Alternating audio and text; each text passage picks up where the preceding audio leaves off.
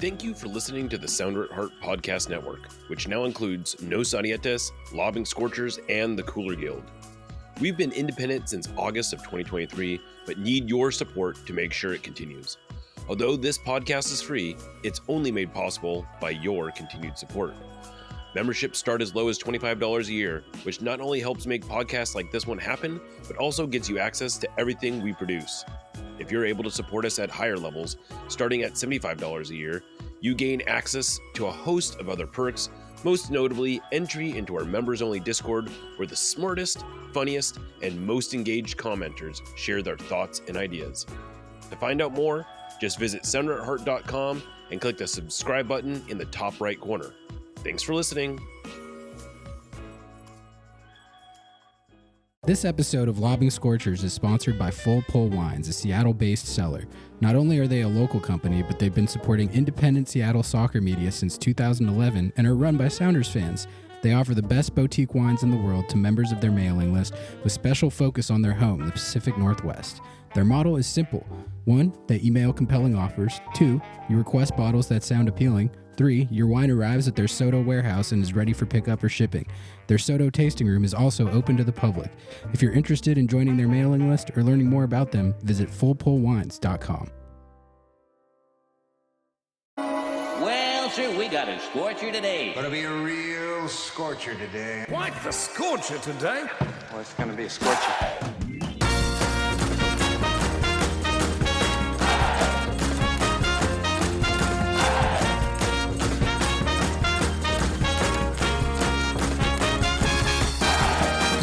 What's going on, everybody? Welcome to episode 89 of Lobbing Scorchers.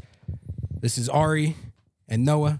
We got a big show this morning, or we're recording this early Tuesday morning. How are you feeling? I'm loving it, man. We're in my own home today. Mm-hmm. We swapped out from the Lobbing Scorchers mansion and we came to Noah's apartment. And I'm ready for a draw pod. I don't really want to talk about this. I keep saying this, Ari. I don't want to talk about this game. But we don't shy away from bad results. We got a draw pod, but we've got a lot of other topics to hit today, that some of which are very interesting. So looking forward to getting into it. As you mentioned, the Seattle Sounders played the Houston Dynamo in Matchday 5 with a chance to salvage the vibes, which I think it's fair to say have taken a decided downturn in recent weeks. This was a chance, I think, to get a galvanizing result in front of 31,000 people with Nico Lodeiro back in the building, get the season back on track. Instead, they took a 0-0 draw at Lumen Field. We're going to talk about that, unfortunately, in our game review. But we do have a red-hot Seattle Sounders transfer rumor, courtesy of Nico Moreno. It seems like the Seattle Sounders are on track to get a new player, so that's pretty exciting. We're going to talk about that. We're going to hit our agenda check, and then we're going to dive into some reaction on the other results from around MLS. So it's going to be a good episode 89. But before we get into all that, I do have to let you all know that Lobbing Scorchers is a part of the Sounder at Heart Podcast Network. If you want to get the best independent Seattle soccer coverage, consider supporting us by going to sounderatheart.com/LS. Noah, what's that link? Sounderatheart.com/LS.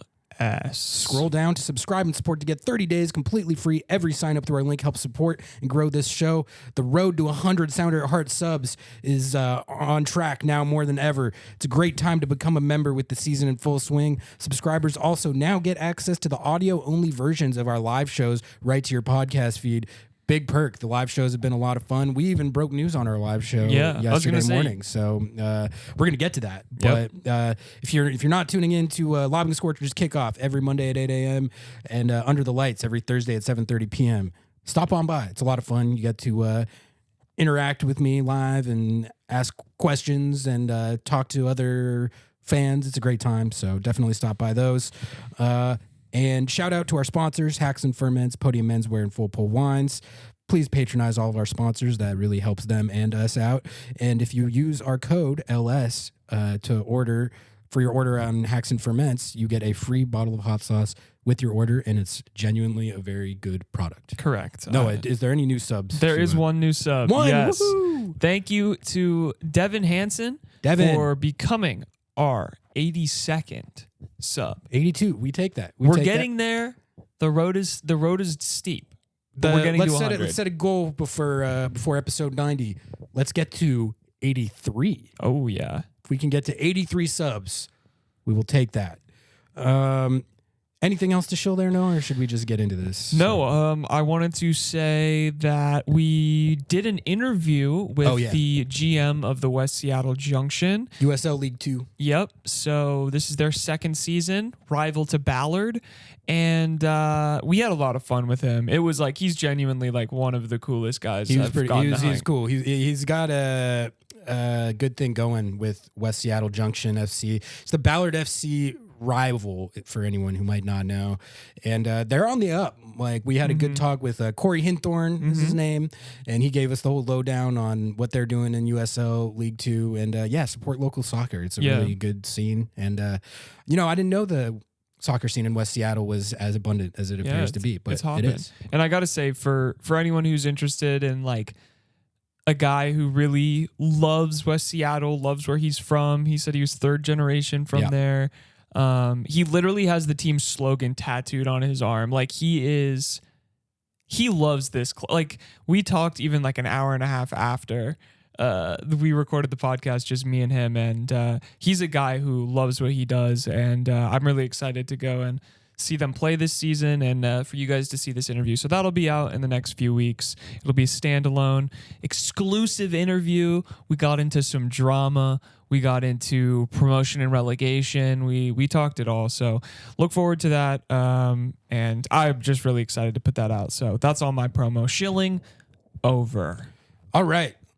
Noah, let's jump into our game review. Seattle Sounders 0, Houston Dynamo 0. Brain cells, it was 0. It was a riveting contest at Lumen Field, just back and forth, high octane, attacking end-to-end action.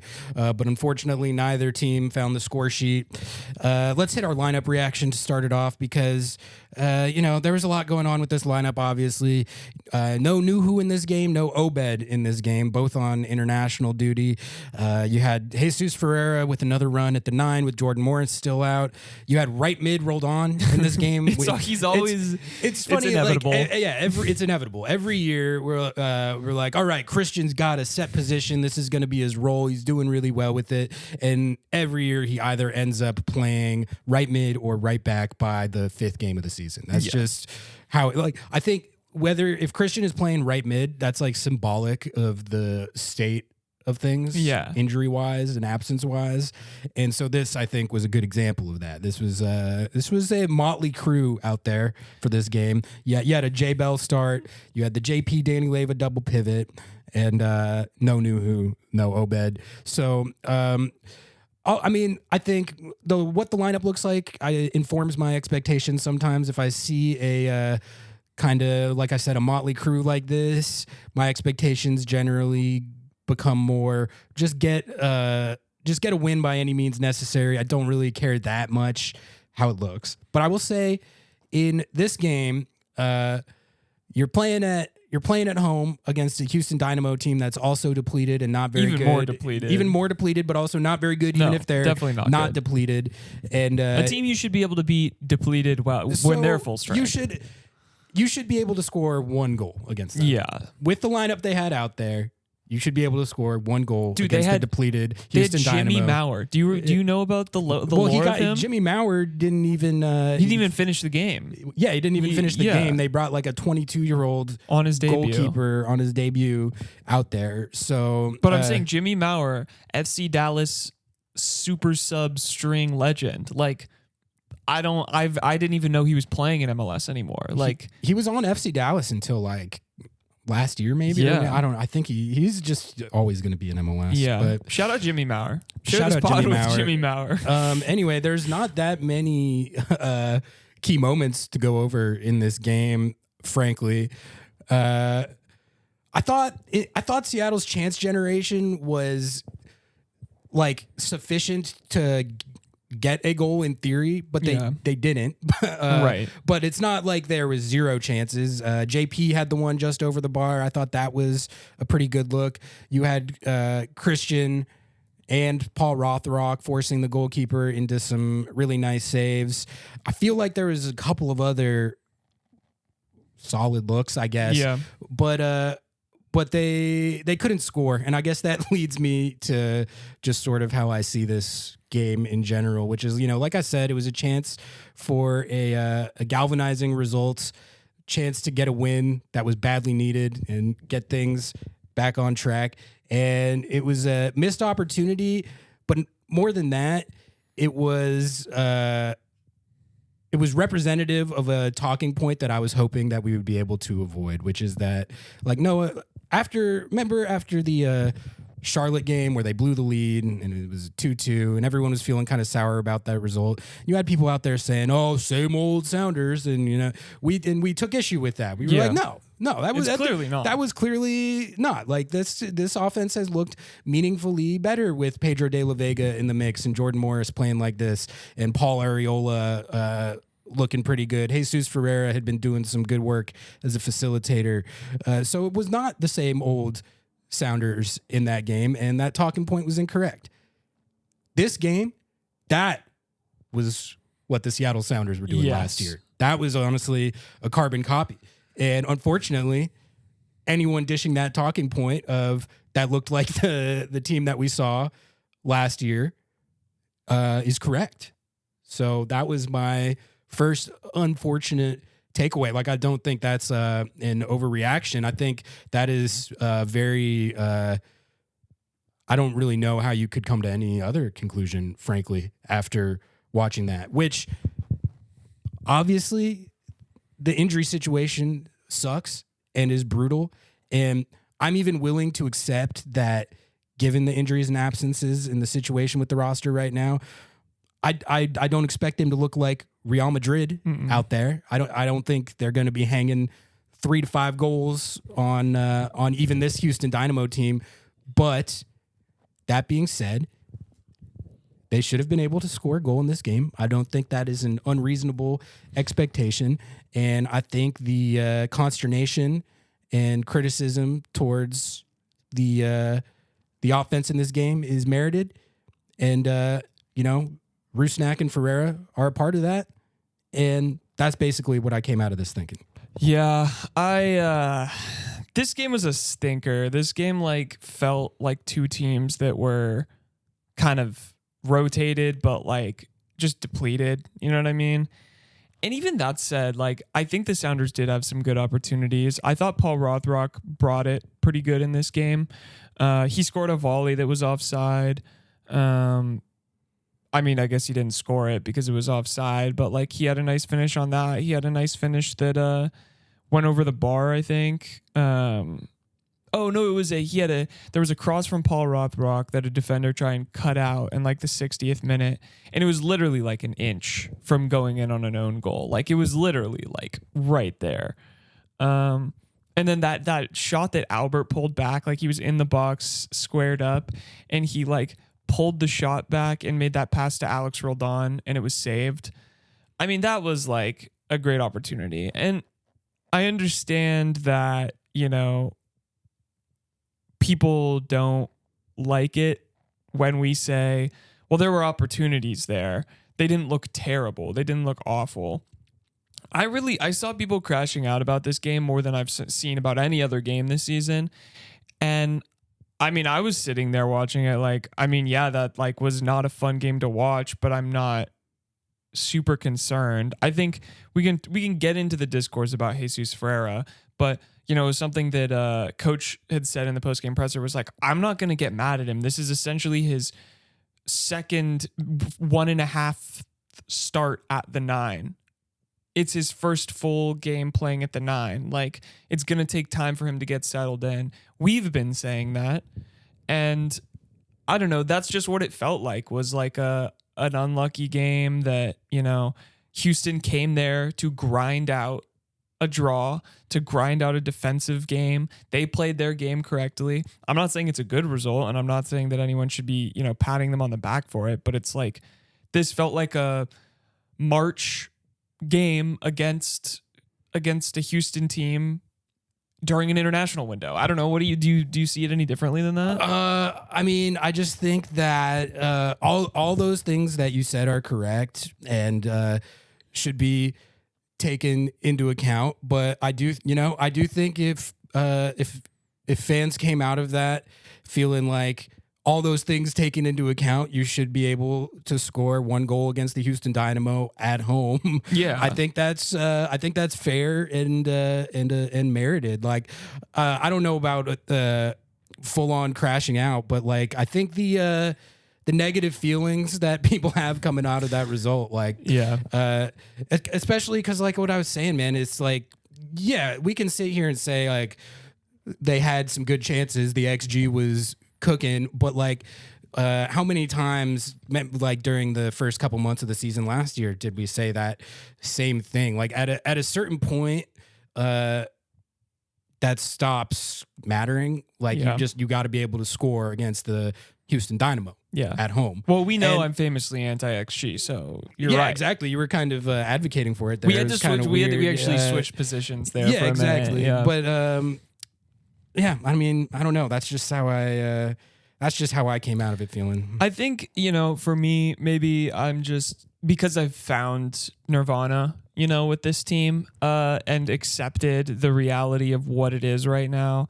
It's like, am I happy? I mean, whatever. No, not really. Like, yeah, I agree with you. You should be able to get a goal against this Houston team, against a goalkeeper who has literally never played a single MLS minute, against the goals wouldn't have counted, but like, yeah, I would have hoped that we could have done that. Another thing, I don't know if you want to get into positives and negatives or whatever, but there was just some things that I had written down that I saw during the game because actually do the positives and negatives. I wrote for Sounder at Heart for the first time. I did their gamer, which, folks, let me tell you what, writing, it's not my specialty. So that was a tough one, but positives, it was a clean sheet, I guess. I don't know what's a positive from this. No one got hurt. Even me and Nico were talking about this. Even the clean sheet, it's like they weren't even trying to score. So how much credit? Well, I will say they got spread really poorly, like towards the end. The same thing that happens in the final 10 minutes of every goddamn game where they're trying to push for another goal, where they get spread so bad, and you don't have like a player like Jordan who's going to come back and just sprint back and defend. Or, you just get people caught out wide, whatever it is. And it they were able to kind of shift back. But how much of that, to your point, was you're playing the Houston Dynamo, and how much of that is they actually were playing well defensively? Yeah, I guess here's how I see this, which is that this game in isolation, if they're able to turn it around in the next set of games here, start banging in some goals, figuring out how to play without their injured guys a little better, Ferreira gets gradually more integrated, and they start racking points, I'm willing to forget and discount this game entirely, given the circumstances. But what they need to try and avoid, obviously, at all costs, is a situation where it becomes a sustained run where it's looks like Groundhog Day last year. If they go into these next few weeks and it becomes just 1-1 or 1-1-0-0s, grinding out really low scoring, boring draws like this, especially at home, then again, the people who are saying that we're watching a repeat of last year, I can't say that they would be wrong in that situation. That game was 100% a replay of last year. Exactly. So we're gonna see. I'm open-minded. I'm willing to give them a chance to prove that is wrong. We don't know that that's the outcome yet, but I definitely I don't blame anyone for having kind of an ominous oh man, is this what we're in for the next few weeks? But can I say something that may be controversial? And no, please. Yes, absolutely. The worst of the worst, no one's integrated, no one has their best game, whatever. Your literal floor is last year. Hey, guess what last year got you?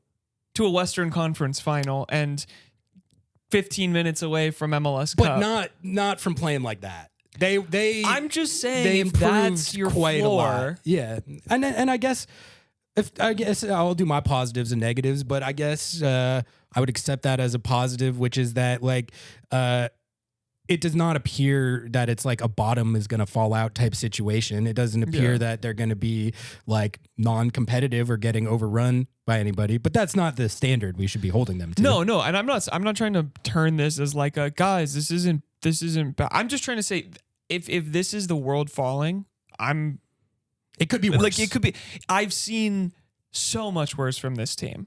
So if this is depleted with injuries, with a guy who has literally played 95 minutes at the 9 position, who looked, and we can talk about this too. This was my positive. I thought he looked better at the 9. He was staying more forward. He was playing more of a center forward position instead of this like roaming false 9-10 getting in Rusnak's space. I don't think he was amazing. I don't think that he was clinical or lethal or even a threat. He literally had 0 shots, which like how?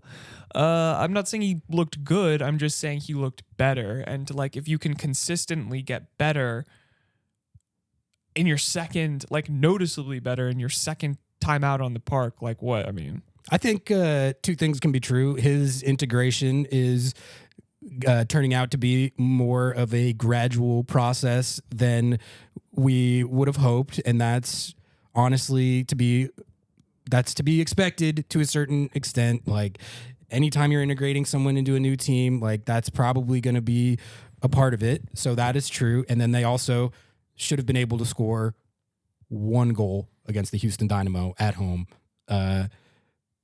Even with that and taken into account. Yeah. I'll hit my positives and negatives.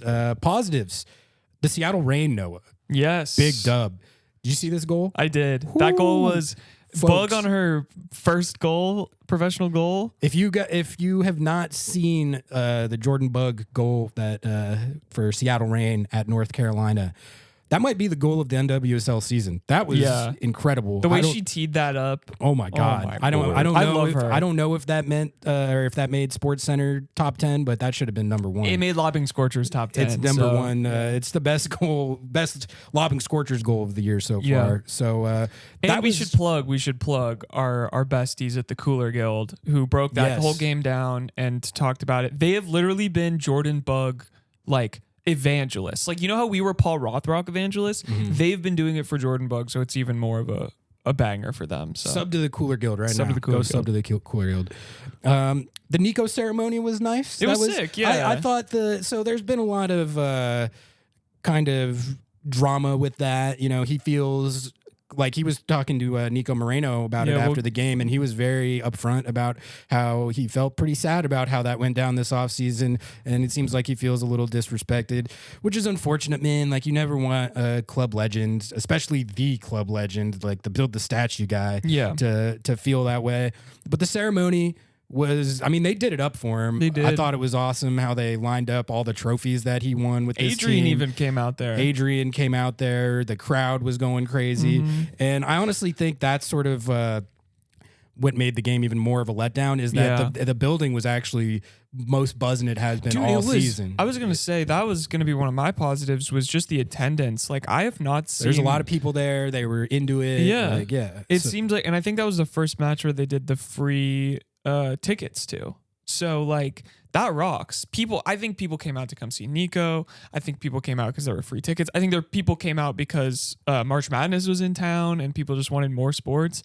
Yeah, like to be in front of that many fans and to put on that performance, that's a negative. The positive is the people showed up. The negative is like you couldn't give them a good show. Exactly. Like if it just feels like that if they'd been able to put on a show and bang in a couple goals and take a win, it just would have helped the vibe so much. And they couldn't quite get it done. So that's why I think it felt like more of a letdown. But I think that was a great way. That was a great way to honor Nico and everything he's done for the club, build the statue, city, and the organization. Build the statue. My other positive. I mean, it is still March, you know, like it's week 5. The dropping points at the rate that they're doing it right now, it definitely can sink you later in the season, but we're at the point where it doesn't necessarily have to. Right. It's a long ass season. So really until we get into the summer, and if it still looks like this and it's not improved by the summer, then I'll be a lot more tilted. But for now, it's early enough where there is a lot of time. And I'm going to keep saying that until the timeline starts to run out, like as long as they've got time, there's still a chance. Jordan Morris will ostensibly be back eventually. Same as Pedro de la Vega. And Pedro de la Vega. He's been like taking shots and like training pretty hard. Which I think any evaluation of the attack right now should include the context that the two best attackers two of the best attackers on the team are both out injured, and then Paul Arriola, who's going to be a key player for this team. Yeah, he was playing amazing. Yeah, he was looking really good. So, like I said, with all three of those guys out, the reality is it should be expected that the offense is going to suffer a little bit, but I mean, like I said, that doesn't mean that that doesn't justify getting shut out by the Houston Dynamo at home. But it does mean that when Jordan and De La Vega get back, I would be pretty surprised if that doesn't improve things. And that's kind of where I am. Well, and then the other thing about that, though, is that I think we expected more of the depth to be able to withstand a situation like this, even though it is admittedly like it's about as like chalked an injury situation as you could possibly have. Like, it's fair to point that out too. I just imagine another team losing ostensibly 3 DPs. Do you know what I'm saying? It's like if I don't know, I'm just going to pick a random team. Like if the Chicago Fire, who have been on a winning streak, if they lost their 3 Hugo Kuipers, Jonathan Bamba, and Brian Gutierrez. Yeah, some high TAM player, right? Yeah. Like if they're done. Right. They're done. Like they're losing all of those games. Most MLS teams would be, but again, we held this team to a higher standard. But I think that what I'm saying is like it shows that they're able to. I'm not saying that a draw is good, and I'm not saying that their last result was good either. I'm just saying that like, what's the reality of the situation? Let's come back to like when we get these other players back, can we like. Realistically, then we can judge if this is the 2024, 2023 XG merchants. I still have no doubt that at something approaching relative full health, this team can be a contender in the West. I have no doubt that they can push for home games in the playoffs and make a run in the playoffs. I think the reason why people feel justifiably disappointed is that this was built as a team that was deep enough to withstand a situation like this. And at least, like, literally, man, like 1 goal against the Houston Dynamo. I'm going to keep saying it. It's not like an unreasonable expectation for that lineup. I don't think Schmetz or any of the players would tell you that that's an unreasonable expectation. Like, so that's, I guess, getting into the negatives, which I'll hit now. I guess my last positive was that Obed is also like, I think you felt Obed's absence in this game. Like I thought the JP Danny Leyva double pivot was. I don't think JP looks good. I thought it was fine, but like Obed's level is typically a lot so better much to than the attack too. Yeah, like I don't think people do actually understand how good he is, but he cuts out passes and he turns the attack so fast and like makes up so much ground. That like there's just not another player like him really I don't think in the league, but just definitely not on this roster. Definitely not on the roster. Yeah. Negatives. I mean, I pretty much hit all of them already, but I'll read what I wrote down anyway. Got shut out at home. Yep. Never good. Looked like last year's team. Talked about that. Ferreira integration. Like you said, I think better, but still, I mean, he didn't score, and I don't think he looked like all if that you don't dangerous. Get a shot. Don't get a shot. And like, I think there was like a couple better moments, but that's kind of tough to hang your hat on, like with how things are going at the moment. But I do think that it's like anything, man. Like the more you work on it and drill something, it's going to improve. And he's been a provenly good enough player in this league where I have no doubt that'll happen. It's just that until it does, this might be what we're looking at. So that's unfortunate. And then, again, talked about this already, but I wrote depth isn't living up to its billing. And that's where... I just don't agree. I don't know. Really? I just don't agree. You're missing 5 starters. Yeah. You're missing 5 starters. What do you expect any team? The depth, depth was never going to be able to operate missing 5 starters. It doesn't matter. You had this is where I'm not trying to sound like brigade, but I think this is a situation where it's fair to say if you have Rusnak out there, if you have Ferreira, your biggest offseason arrival out there, is it going to look amazing with the injury situation we're talking about? No. Are they going to be scoring 3+ goals? Probably not. But when you've got your highest paid attacker and your biggest offseason trade arrival out there, I think it's plenty fair to say that getting shut out at home is not what should have happened. They should, and those guys, the depth lineup, should have been able to step up in that situation, circumstances notwithstanding. I just think you have more than just 5 guys out. You have another guy who has not played the position that he's been in with this team. Him and Rusnak are already, we saw it with Rusnak and Jordan when Rusnak was integrating back into that position. They were getting in each other's space all the time, and it was this kind of mess of a figuring it out sequence. It's ostensibly you have 2 players who are the most important are not familiar with each other yet.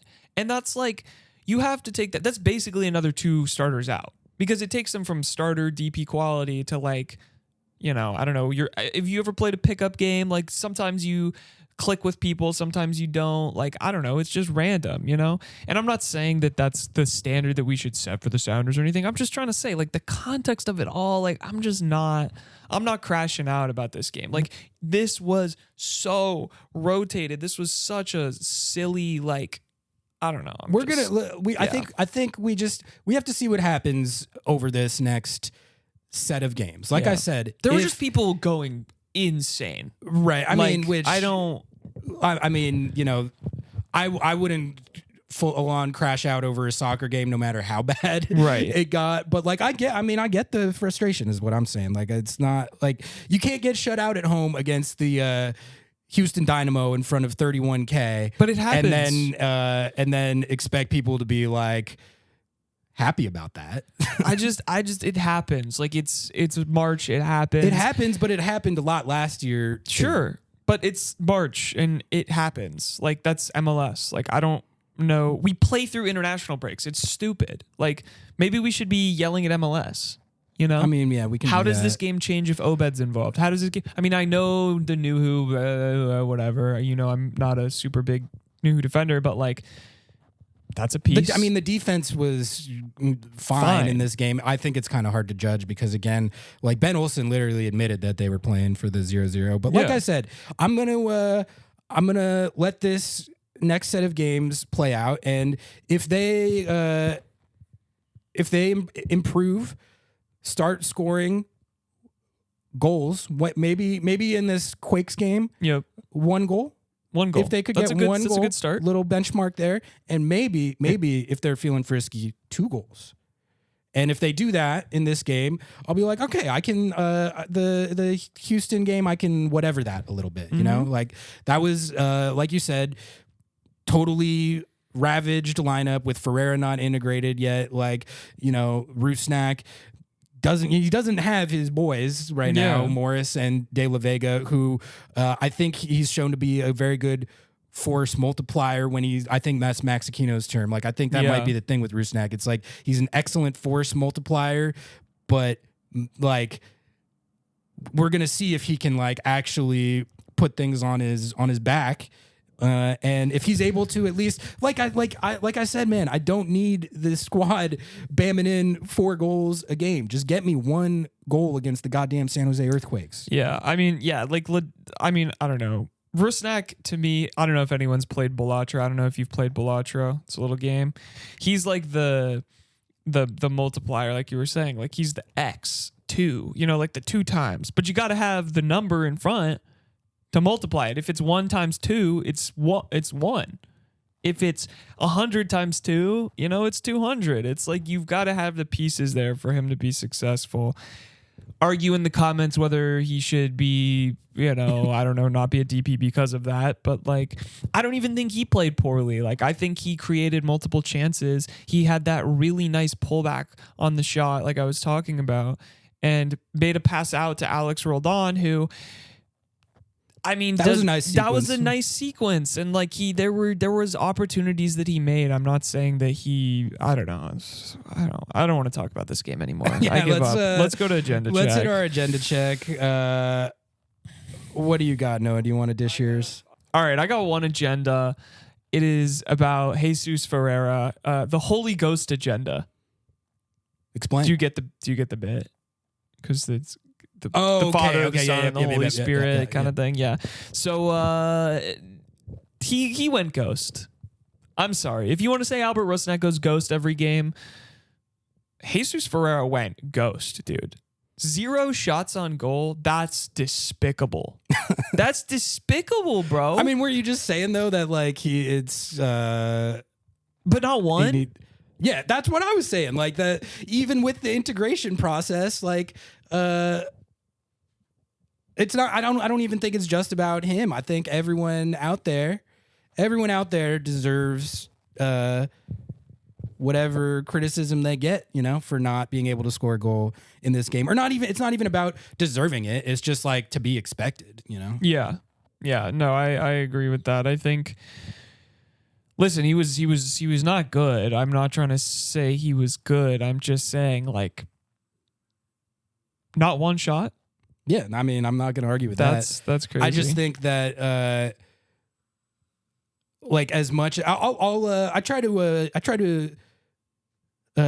acknowledge when I miss the mark or get something wrong. So I'll hold my hand up here. Like when I was really high on this trade, and I'm still actually high on what he can bring to the team once they get him more integrated.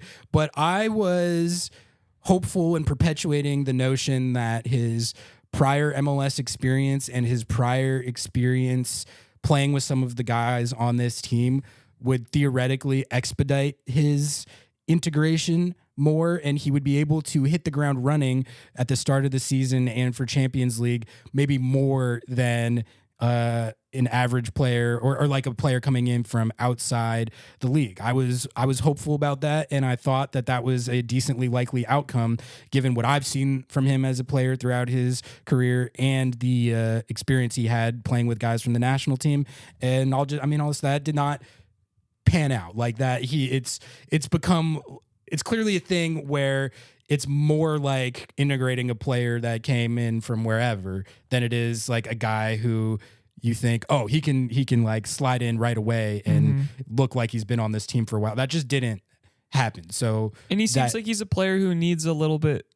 He can't just like fit into any position either. Like he needs to kind of be a centerpiece, is what it feels like. I'm staying open-minded. I'm gonna give it time for him to integrate. This is a pro Jesus podcast, and for it to improve. It's just that doesn't really like do much for this exact moment, you know? And not at all. Like realistically, Jordan and De La Vega are going to be out for a few more weeks here, so it's not like there's a whole heck of a lot of time.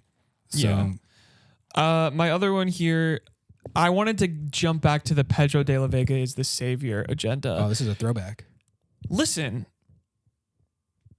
I mean, we've been tough on the kid, but seeing what this team was without him and over the last few weeks, I want to know from you at least, does it kind of like paint him in an even better light?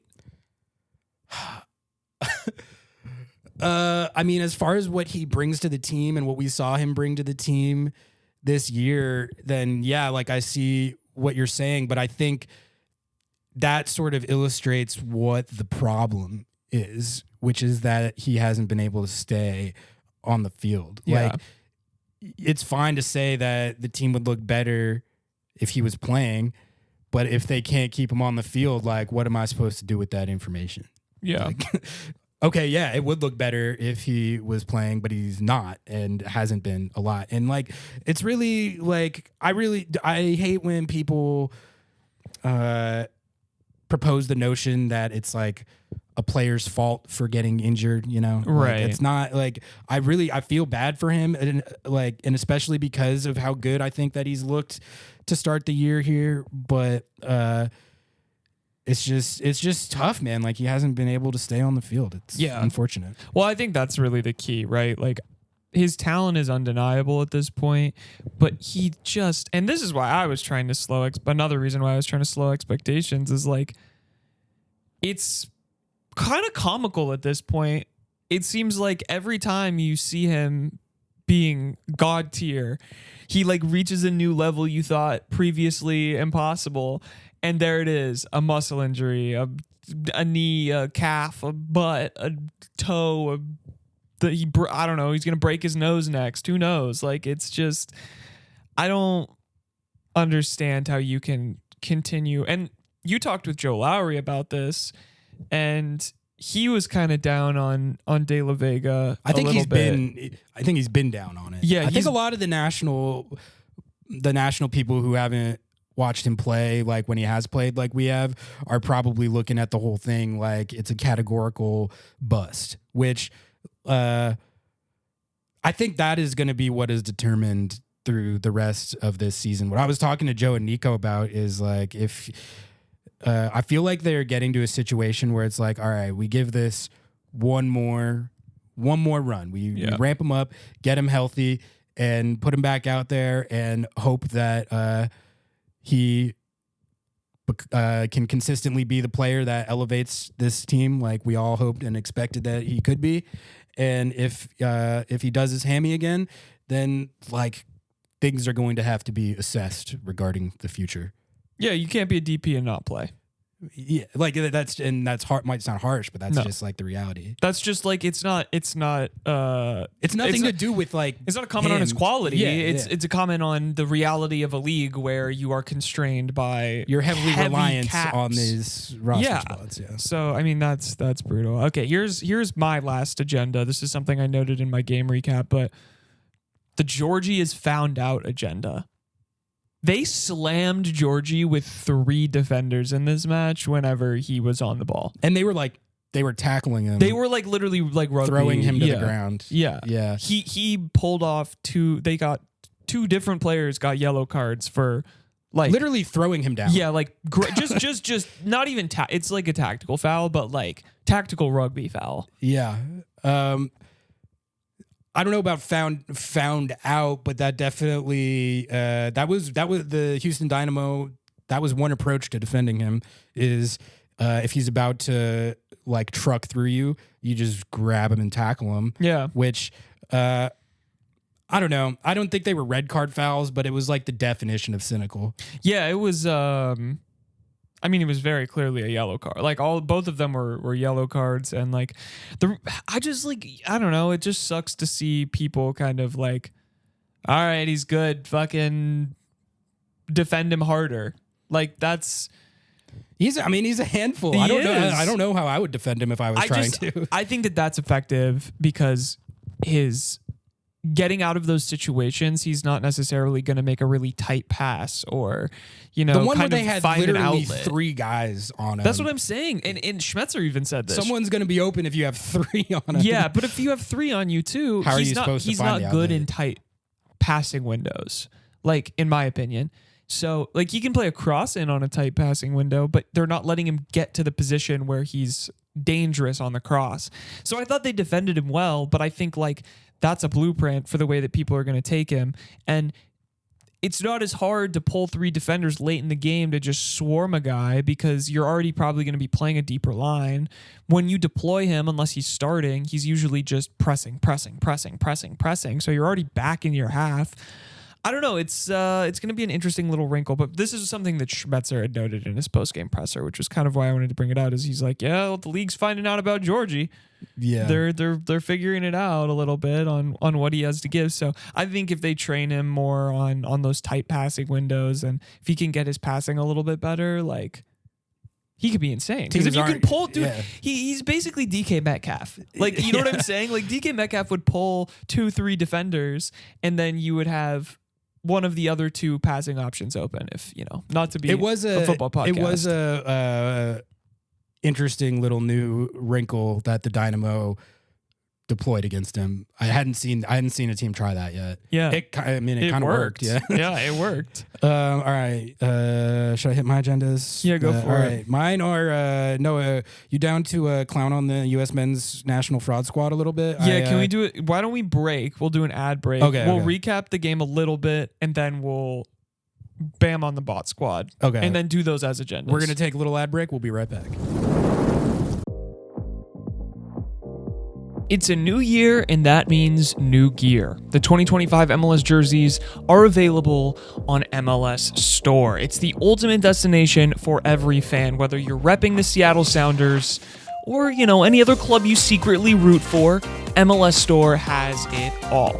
From jerseys to exclusive team gear to championship gear, it's all there. They are always running some kind of sale, whether it's free shipping, 20, 30, 40% off, so there's no excuse not to load up on some brand new gear. Get yourself looking right for the new season. So check out MLS Store by clicking the link in our description or going to lobbingscorchers.com/MLS Store. Every purchase helps support the show and keep us going.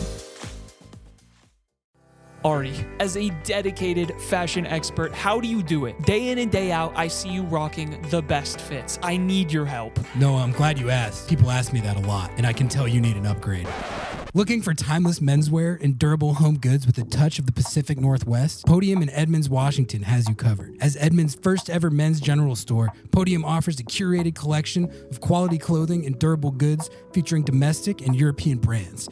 Whether it's Filson, Dayhen 1920, or Wax London, everything in store is made to last, be loved, and even passed down. Located at 114th 4th Avenue North, just off Main Street in the heart of downtown Edmonds, come shop and explore at Podium to find all the essentials for the modern Pacific Northwest man. They're open Tuesday through Saturday from 11 to 6 or Sunday from 12 to 5. Also anytime online at shoppodium.us, as well as Instagram at Podium Edmonds. Press conference not spicy enough? Not as hot-headed as Peter Vermees? Are your hot takes just not hot enough? Spice up your life with Hacks and Ferments. Handcrafted in Georgetown and made with the best local ingredients from across the Pacific Northwest. Specializing in unique small batch fermented hot sauces and vinegars, Hacks and Ferments brings bold flavors and natural fermentation together for something truly special. Whether you're a heat seeker or just looking to elevate your cooking, you'll find something you love at hoxonferments.com. That's HAXANFERMENTS.com. And right now, if you use code LS at checkout, you will get a hot sauce completely free with your order. Again, so go to hoxonferments.com, use code LS at checkout for a free hot sauce with your order. Hox on Ferments, proud sponsor of the Flaming Hot Press Conference. Trademark pending.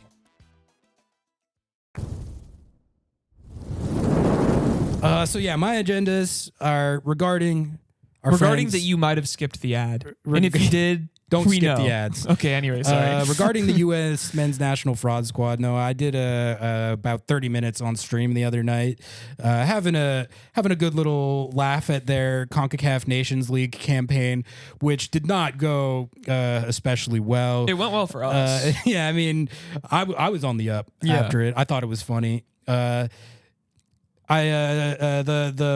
Pochettino, so on the stream, I was calling him Pocatino, and then I shortened that to Poke, which is not the correct pronunciation, but I think I'm going to keep calling him that. Okay, but this is literally the mispronunciation podcast. Well, that's our whole thing. But thing. also, the nickname Poke is kind of makes him sound like a goofball. Yeah, and I think like that's that. what he might be, which I guess that brings me to my first point, which is that, I mean, you can go watch this stream for my full takes on it, but like I think this guy might not know what he is doing.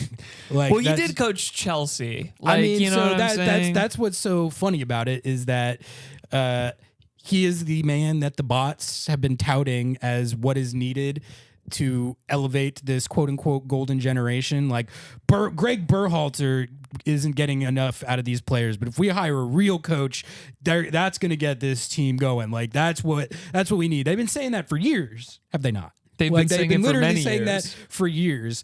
And I can honestly not think of any way that this era could be going worse.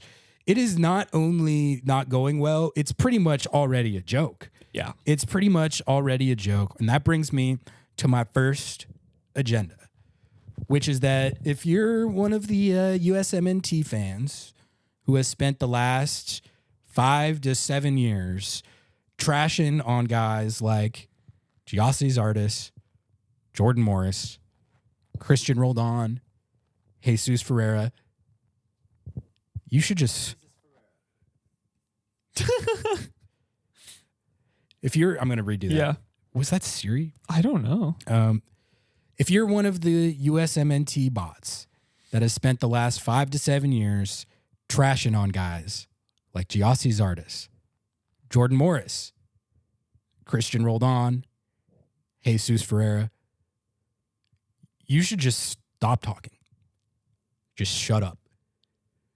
All the points that you've been making for the last 5 to 7 years look so unbelievably brain dead. You need to just give it a rest, because we want to talk about if the team was embarrassing under Berhalter. The team won Nations League 3 times under Berhalter. I'm not saying that makes Berhalter like an amazing coach, but this is a joke. This is a joke, and this outcome happened after like those fans got what they wanted, and this is what happens. I mean, I can't think of anything more embarrassing than what we saw in these Nations League games compared to the outcome we were supposed to get from this guy. He's got time, I guess, to salvage it, but I mean, I just feel like it's already just like laughably bad, and like you want to talk trash about Jordan Morris on the U.S. men's national team? He's got 11 goals. How many does Josh Sargent have in his career in the last 5 years? Like 0. He has 5 for his career. He hasn't scored any since 2019. Mm-hmm. So until all the Euro boys actually play better than these guys that you've been trashing on, my agenda is that you should just pipe it down. Just because pipe it down. You look absolutely ridiculous. It's quite funny to me, the discourse that's been going on about the Euro frauds, as I call them, and continued to have it. And someone made a really good point on Blue Sky that I saw, which was essentially, why does a guy like Christian Pulisic, Tim Weah, Tyler Adams, who apparently is one of the best players in the world, according to himself, by the way. You're an idiot, Tyler Adams. You're dumb. You're not good. An MLS lifer is better than you, and I will stand on that. Christian Roldan literally is more impactful in all of his games he's ever played in his life than you are. So that is hot. I don't give a shit. He's bad. He's not a good player. I don't care. These USMNT fans want to say whatever they want to say about MLS players. I'm going to say it about your Euro fraud. He's not good. He is not good. All of these players don't give a shit. Why would they care about the Nations League? That's what it looks like. Why would they care? Because you know what? Playing for the U.S. men's national team doesn't do anything for your career. If you are a European player, people don't care or rate the U.S. or really even care at all about international play. If you're on a really high tier Serie A team or a Premier League team or a championship team even, like, why would they care? It's just another chance for you to get hurt. And guess what? You're already American, so you're already playing on this uphill battle of you're not a real soccer player, right? I can acknowledge that. People don't respect Americans in soccer. Like, think about all the shit that Christian Pulisic went through. I don't think he's that amazing of a player personally, which, I'm going to get canceled after this whole rant. But it's definitely getting you canceled. I don't think he's keep cooking. I don't think he's like this insane, superstar. I think he's a good soccer player, but like, I'm sorry. I think if Jordan Morris was healthier and had his run in the championship, I think he probably would have been playing in Europe for the rest of his career. But regardless, it's all to say, like, you need a player like Diego Luna or Diego Luna and Patrick Agimon, two That's what I'm MLS saying. players, were the only ones who could score a goal for that team. That's what I'm saying. It's like it's so funny to me that like those are the guys who will consistently put you on their back. They're the ones playing against this type of competition. They're the ones who give a shit. Because guess what? If you're playing, you know what? People want to say whatever they want to say about MLS lifers. There are people who love this league. There are people who rate this league. There are people who are happy to play for their hometown club or play for a team where they grew up watching, okay? I don't think there's anything wrong with that. And you have players like Diego Luna and all of that who have worked their ass off, and this means something to them. You think this means something to Christian Pulisic and Tyler Adams, who like are just going to go back to their super multi-million-dollar salaries? They don't care about Nations League. Why are you calling them up, Poke? Why are you calling them up? You're telling me for real that, I mean, Jordan Morris obviously not healthy. Jordan Morris scores against fucking Panama. He might. Jesus Ferreira. Yeah, this is blazing hot. I'm tired love of it though. too, Ari. I love it though. I'm just gonna read a tweet from Landon Donovan because I mean, read that. Whatever that people idiot are has going to say. people are going to cancel you for that. But this is a take from Landon Donovan. This isn't Noah. This is Landon Donovan. There you go. Landon Donovan says, "I'm so sick of hearing how quote talented this group of players is and all the amazing clubs they play for. There you go. If you aren't going to show up and actually give a shit about playing for your national team, decline the invite. Talent is great. Pride is better." Exactly, Dude, exactly. this is exactly and I the don't problem. think I think your take there was hotter than that, but not by much. I'm just being, obviously dramatic about it for the clicks and the views, but the reality is like why the hell is Christian Pulisic sitting there yelling back at his coach and saying, "I'm not coming out. I'm not." Did you see that? Yeah. He literally said, "I'm not subbing out. Hey, idiot, you were playing like shit. You're bad. You were playing bad, okay? Get your ass off the field. You are nobody. You are nobody, bro. You are going to go down in history as nobody. Nobody." Woo! All right. I'm tired of it, Ari. The USMNT tired of section it. got even hotter than I was expecting. I'm tired of it. But no, that was sick. That was sick. I put down an agenda too. Should I read my agenda? I'm just going to keep on the heater. Keep ripping. Listen, Pochettino, whatever. Poke. He's fine. He's fine. I don't think he is. He's fine. I'm just saying, like, he's a fine coach. I'm sure he would be great somewhere. I'm sure whatever. He doesn't know how to get it done in CONCACAF. You need a proven winner against teams like this, against the shithousery of CONCACAF, against people who know in and out this league, have built rosters with big talent and small talent, and are able to gel a group not only on vibes, but are able to discipline players when they need to be sat the hell down, even when they're the best of the best. You know who would have done that, Ari? Oh, this is going to be hot. Brian Schmetzer would have been a 10 times better coach than Poke. Okay? And here's why. I'll give you two examples. Here's my first one. Last season, when his superstar was throwing a fit, having one of the worst seasons he's ever played, club legend, all of that, you know what he did? He benched him for an unproven bottom of the roster player who put the team on his back and literally led them, gave his own legs. His legs were ruined by the end of the season, okay? Gave his own legs to bring them to a Western Conference final. The man by the name of Paul Rothrock, call him up. But that's the reality.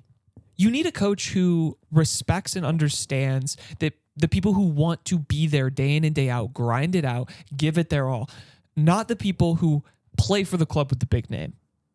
Brian Schmetzer would have been able to coach this team not only to a Nations League win, but I think to a competitive competition in Copa America.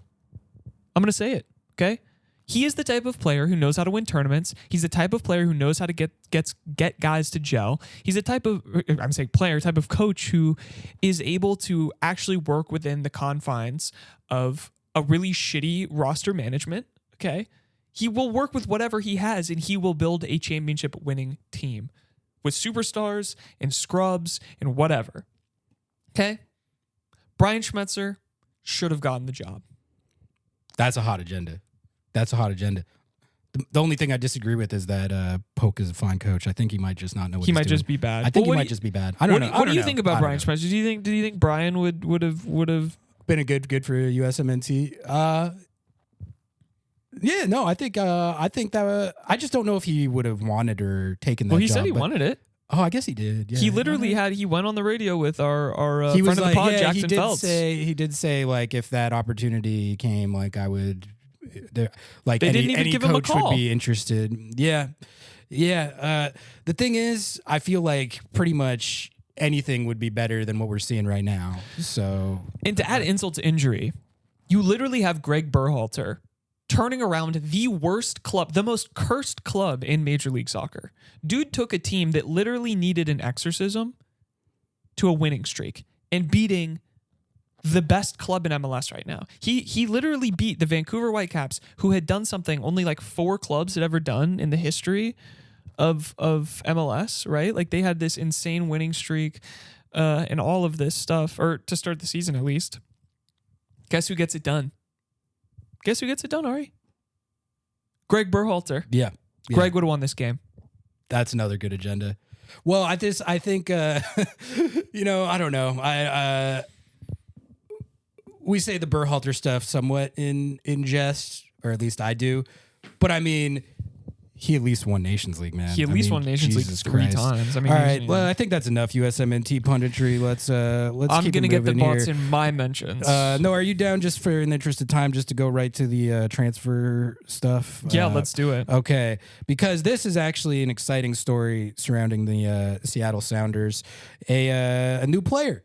A new player might be signed, as per report from Sounder at Heart and Pulso Sports. Nico Moreno, also my co-host on Lobbing Scorchers Kickoff, where we actually broke this live on stream. Like, well, the report got published while we were streaming, and then we got to talk about it like right as it came out. So that was kind of cool. That's why you should tune into our live shows. There you go. Ryan Kent. Supposedly, Roy Kent, like the guy from talks. Yes, that was Ted the Lasso? first exact reference that I made as well. They're signing the guy from Ted Lasso. If you look at his Wikipedia page, which I'm doing right now, the picture literally it looks like one of the players from Ted Lasso. So everyone's going to be getting those jokes in, which is I think is fine. I think. As soon as that show came out, that probably became the story of Ryan Kent's entire career. Yeah. But basically, the situation with this player is that he has been playing in Turkey for Fenerbahce. I really hope I'm saying that correctly. I don't know how the Turkish top flight clubs are pronounced, but that's the club that Jose Mourinho coaches right now. And apparently Ryan Kent and Jose Mourinho didn't see eye to eye on a few issues, and he got released from that team. He's now a free agent. He's a Liverpool Academy product. He's played in the Championship for Coventry City, Barnsley. He's done stints with Bristol City, but his main claim to fame was his time in the Scottish Premiership with Rangers, where he was a really good at times dominant player, honestly, in the Scottish League. From what I can tell, he was considered one of the better attackers in that league. And he was at one time, according to Transfer Market, valued at around $20 million. And that has declined based, I think, on the falling out he's had with coaches, maybe a little downturn in form, but it is kind of a classic distressed asset type situation. Yeah. So people are going to be calling it money balling, which I mean, it is. It is. He's literally free. Yeah, it is money balling to an extent, but I guess let's just talk about what we think he could bring to the table, because I mean it's effectively your Paul Arriola replacement. I think skill set wise there are some similarities there, and I think mainly it's the idea is to provide another threat and creativity from out wide, which I'm all for that if he can bring that to the table.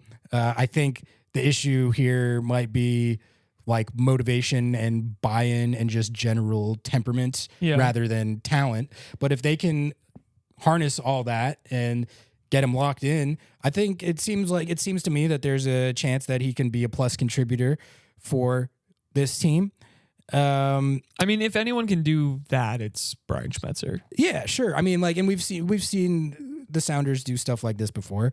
So I'm all for it from a skill set perspective. I think it could be a positive. So I've been looking up his career a little bit, and so when I look up his YouTube highlights, I like what I see in the sense that he's kind of a maniac out there. He plays with his hair on fire. He is running just full speed, a little not out of control, but just he's kind of crazy. Yeah. There's a clip of him when they were playing Celtic in that famous Scottish derby.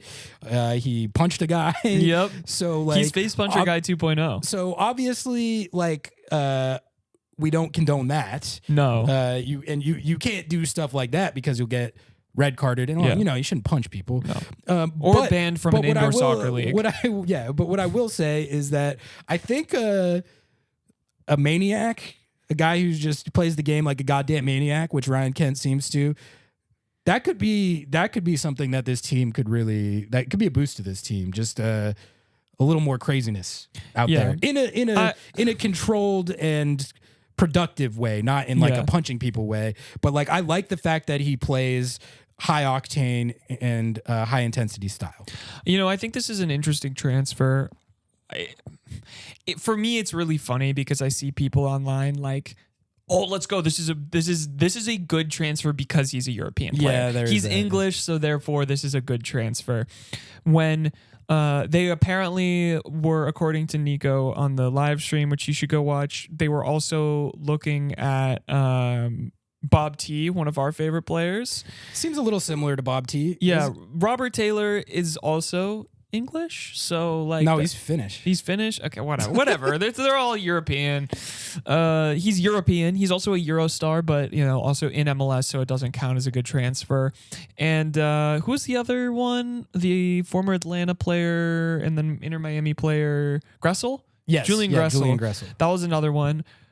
How do you rate, do you think this was, when you compare the three, I mean, obviously you haven't done a ton of research on this guy, you don't know a lot about him, but would you have rather had a known asset like a Robert Taylor or this face puncher 2.0 guy? I think if it was Robert Taylor, I would view it roughly the same. Although I feel like we would like that more because we have been advocating for them to sign Bob T. And as a joke. We're longtime Bob T fans. Yeah. So I think we would have been fired up about it from that perspective. But I don't think ultimately I would have viewed it all that differently. I feel like they're pretty comparable. Gressel is one where I would have been stoked if it was a couple years ago. If it was a couple years ago, I would have been over the moon if they were able to get Gressel. I think he has been one of the best, some of the best wide service in the league for years. But I just don't really know what's going on with him at Inter Miami, why he fell out of favor, if there's issues there, where they either think that he's washed or something. That's why I get paused with Gressel. He probably just farted next to Messi, and Messi was get this motherfucker off my team. I don't know why, because Gressel has been a very, very good player in the league for a long time. And he's a podcaster. So we have to respect him. Exactly. He's in our line of work. But I just, I think if it had been Gressel, on one hand, I would have been all right, I've watched him play a ton and I know what he can do and I feel like he could be an asset to the team. But I would also be why is he so far out of favor at Miami to where he's not even playing? So I would have questioned that. It is weird. That whole situation is weird, man. But we'll have to see. We'll have to see if this Ryan Kent thing gets finalized. But I think realistically, what he's going to bring or could bring to the table is similar to what Bob T could have. Bring back Dylan Tevez. That's a good agenda. We should put that in there. He also apparently owns alligators. He does. He's an alligator owner. So that's, I don't know if he's going to pet alligators. He can't. It's illegal in Washington. Really? Yeah. So that Okay. was like a whole thing. I was doing my research, obviously, on Roy Kent and Ryan Kent.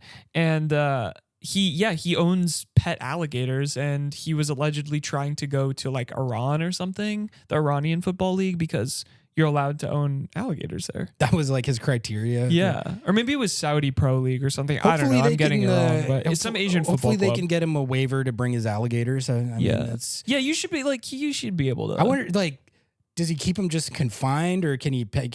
Are they domesticated? I feel like he's like the type of guy who's just like, you know the type of guys who just like walk around in their underwear around their house, like no care in the world, like mansion, and he's just got his alligators chilling in the living room. Yeah, I guess I'm very curious to learn How about long that. do Maybe I'll ask- alligators live? That's a good. I feel like guess that's we got to do our alligator research if they're going to sign this guy. Can but, if they sign him, Sounders PR, can we take him to the zoo and like ask him about alligator facts?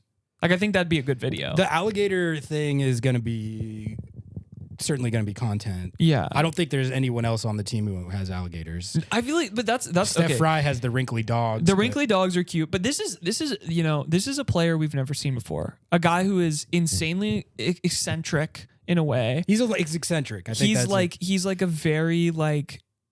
It's funny we compare him to Roy Kent, but he is like a made for TV player, right. Like Which he's just. I kind of like that though. That's sort of something about this signing that I'm intrigued by, is the eccentricity and the and just his style of play. Like, Yeah. I think it'll be good for MLS. I think a high energy, high octane, like all out intensity type player. Which, if you watch his YouTube highlights, that's what he seems to be.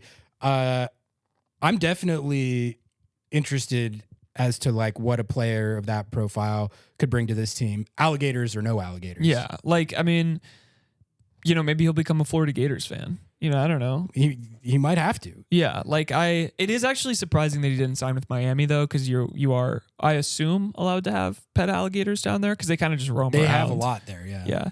Okay. Well, Ryan, if you're listening to the podcast, we would love to meet your alligators. I don't know if I. You don't want to meet them? You wouldn't say what's up? I don't really do alligators. You don't I'll really be do honest. alligators? I'll be honest. Not much of an alligator guy myself. New I've agenda. nothing against an alligator guy, but New agenda. I only want my attackers to own alligators from now on. anyway, we'll be keeping tabs on if this gets finalized. A new player is always exciting. Who's the guy who the guy who's like, oh, I'm from down under, and he he was like, didn't he die from The like an crocodile alligator? hunter? Yeah. Steve Irwin? Yeah, Steve Irwin. Is this we're crocodile signing hunter. Steve Irwin? That apparently That's fire. All right, I think we covered his playing style, his earlier career, and the alligators. So I think that we can just hit some winners and losers and then get out of here. Do we Does have that time sound to hit good? this other one, or should we save it for next step? Let's hit that like 1 minute. Okay. Well, we can save it for next step then. All right, let's just save it. Yeah, for we're next saving time. it. All right, So this is what you get live on our podcast here, folks. winners and losers for Matchday 5 in MLS. I'm just gonna rapid fire my takes here. Winners, LAFC. I put them on fraud watch, but they slammed the Club of Professional Wrestling. That win Enthusiasts doesn't 2-0, count. which it doesn't count. But if They're on a 12-game losing streak, aren't they? no, they tied one. They still Okay, they haven't won one. unwinning Yeah, in like 12. They haven't won one in like 12 or 13. So they're we'll see what happens with old Peter V down there. Peter V is literally invincible. LAFC, I put him on fraud watch and they got a big dub. So I think David I'll put him in Martinez there for the though week. looks And that's exactly good. that. I like that him. goal he scored. I'm like, okay. He's All right. coming out. He's breaking out, which like, That's yeah, not whatever. great. This is a Galaxy podcast. Actually, I feel like we've pretend that we're not a Galaxy podcast anymore for how bad they are. I never was into We the don't Galaxy. acknowledge the Galaxy terrible team. But David Martinez, man, Yeah, I'm in love with If you that. haven't seen that with goal, that player. I mean, I don't go watch it. You're not gonna. You're not gonna It's be a nice happy. goal, but you're not gonna be happy. Yeah. Chicago Fire. I got him in here again. They slammed the Whitecaps. Berhalter 3-1. literally did a crime against his own son. This was the Berhalter derby, which I forgot until I was watching the end of it. And I was like, oh wow, yeah, that's kind of must be mixed emotions. But Someone who I think deserves to sit back and have a good laugh at the plight of the U.S. men's national fraud squad is Greg Berhalter. I bet it's pretty difficult for him to not just sit back on his couch just like this and be like, "Yep, wasn't so bad, was it? Yep, wasn't so bad. It literally, you guys got the guy that you wanted, and it got worse, and that's funny. It's so good, and man. like in all seriousness, he has the Chicago Fire playing really good ball. That's 3 straight wins. And it looks like he might be a good coach after all. He actually excised the demons from the Chicago Fire. I mean, I'm gonna wait to like fully call that, but they can always come back, Ari. It's just looking, like, they're looking good. They're looking good, and Berhalter deserves his credit. In my mind, they hired a priest to come into the locker room with holy water, and that's just, you can't convince me otherwise. That's the only way I think that they could have gotten out of that. Charlotte FC continue to look good. They slammed the Quakes, who the Sounders are playing. We didn't preview that at all. Damn it. Oh, well. That's fine. And then honorable mention to Orlando City for their 4-1 over DC United. Losers. This is a bit harkening back to last year. Seattle Sounders shut out at home by the Houston Dynamo. Are we going to have to do the thing where if they don't score, we don't talk about them? Yeah. Do you remember that? That was a whole bit. Or multiple goals. Multiple goals. Yeah. Or like don't lead the show. Yeah. Might have to bring that back. Hopefully not. My other loser, the Houston Dynamo, came to Seattle. And, it's fine to come to Seattle and play for 0-0, I guess. That's what a lot of teams do.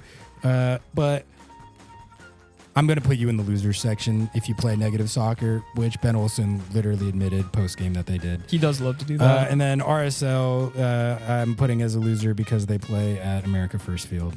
I don't even remember what their result was. I think they lost. They're just a loser for we all lose. Perpetuating we all lose for that. The American name. First agenda. All right, that was all I had. Did you have anything else league-wide takeaways that you wanted to hit? Or nothing league-wide. We'll save that other discourse. I mean, unless you want to hit on the Lodeiro disrespect discourse quickly. Well, Nico and I hit on that pretty extensively. Okay, on we'll cut a video for that. So yeah, if you want takes on the Nico Lodeiro potential disrespect, go watch the VOD of Lobbing Scorchers kickoff, and we hit that with Nico Moreno. Sweet. All right, let's just call it right there then for episode 89. Thank you, as always, so much, everyone, for tuning in. Appreciate all the support on our pods and our streams. Having a great time putting this content out, even though the results aren't super great right now. But we're going to keep covering the team, goddammit. Like, comment, subscribe. Rate 5 stars. Rate 5 stars. Share with Roy Kent's alligators. Share with the alligators. Like this video. Like all our just go through all of our videos and like every single one. Am I missing anything? No. All right. I think that's it. I'll be back at it on Thursday for Thursday 7:30 p.m. Lobbing Scorchers Under the Lights live on our YouTube. Until then, we out. Peace. I'll be here to hear what's on your mind. As an adult, kids want to know you're listening to them, but they also want to listen to you. When it comes to alcohol, they want to know your expectations and how and why to avoid underage drinking. Talking early and often about it in everyday conversations reinforces your message and keeps lines of communication open. For more information, visit underagedrinking.samhsa.gov. I'll be by your side.